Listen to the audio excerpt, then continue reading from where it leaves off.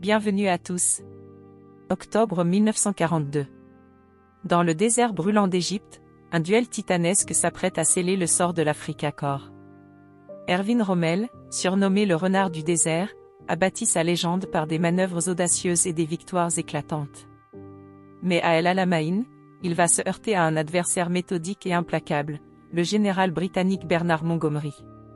Ce choc des titans ne sera pas seulement une bataille parmi tant d'autres, mais un tournant stratégique de la Seconde Guerre mondiale.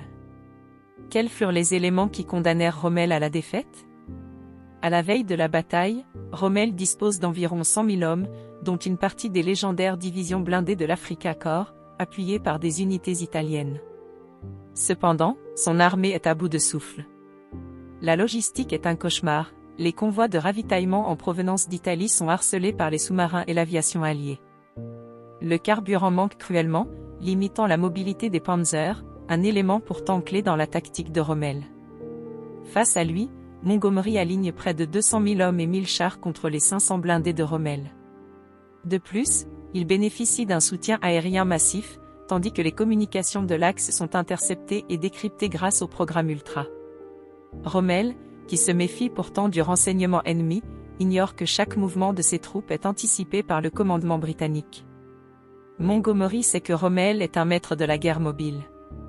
Pour l'anéantir, il élabore une tactique en deux temps. D'abord, une guerre d'attrition pour épuiser les forces de l'Axe. Ensuite, une percée massive pour les anéantir. Les préparatifs britanniques sont méticuleux. Avant l'attaque, des milliers de mines sont posées pour neutraliser toute tentative de contre-offensive allemande. L'artillerie britannique, renforcée par de nouveaux canons anti-chars de 6 livres et des blindés américains Sherman, attend l'ordre d'ouvrir le feu. Le 23 octobre 1942, à 21h40, la nuit du désert est déchirée par un déluge d'acier. Plus de 1000 canons britanniques pilonnent les positions de l'Axe pendant 5 heures.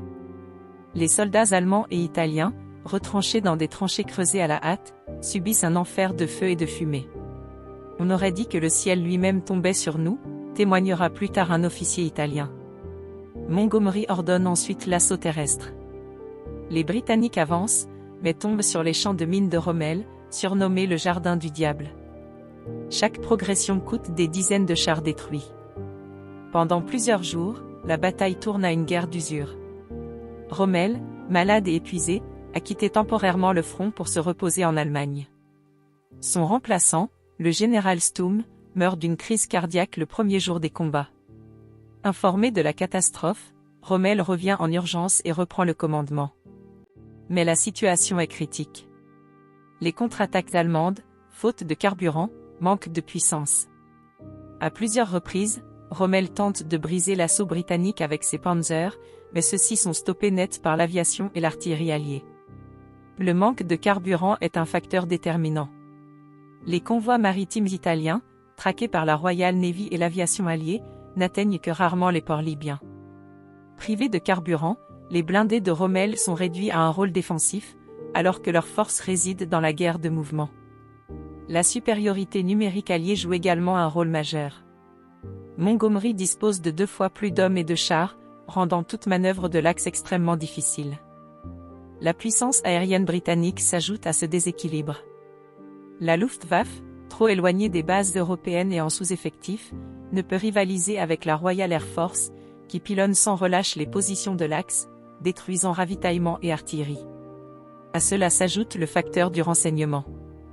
Grâce aux interceptions d'Enigma, les Britanniques anticipent chaque mouvement de Rommel, l'empêchant d'exécuter ses tactiques habituelles de surprise et d'encerclement. Enfin, l'usure logistique est fatale aux forces de l'Axe. Après des mois de guerre dans le désert, les troupes sont épuisées, sous-équipées et manquent de vivres et de munitions. À l'inverse, Montgomery bénéficie d'un soutien logistique ininterrompu, renforcé par l'aide américaine. Le 2 novembre, Montgomery lance l'offensive finale. Le front de l'Axe commence à céder. Rommel, lucide, demande à Hitler l'autorisation de battre en retraite. Mais le Führer ordonne de tenir à tout prix. La victoire ou la mort, répond-il. Rommel, pragmatique, désobéit et organise le repli. Le 4 novembre, l'armée italienne s'effondre. Rommel, ne pouvant plus tenir, évacue ses troupes et entame une retraite stratégique à travers la Libye. Il abandonne plus de 30 000 prisonniers et une grande partie de son matériel. La défaite d'El Alamein marque donc la fin des ambitions de l'Axe en Afrique du Nord.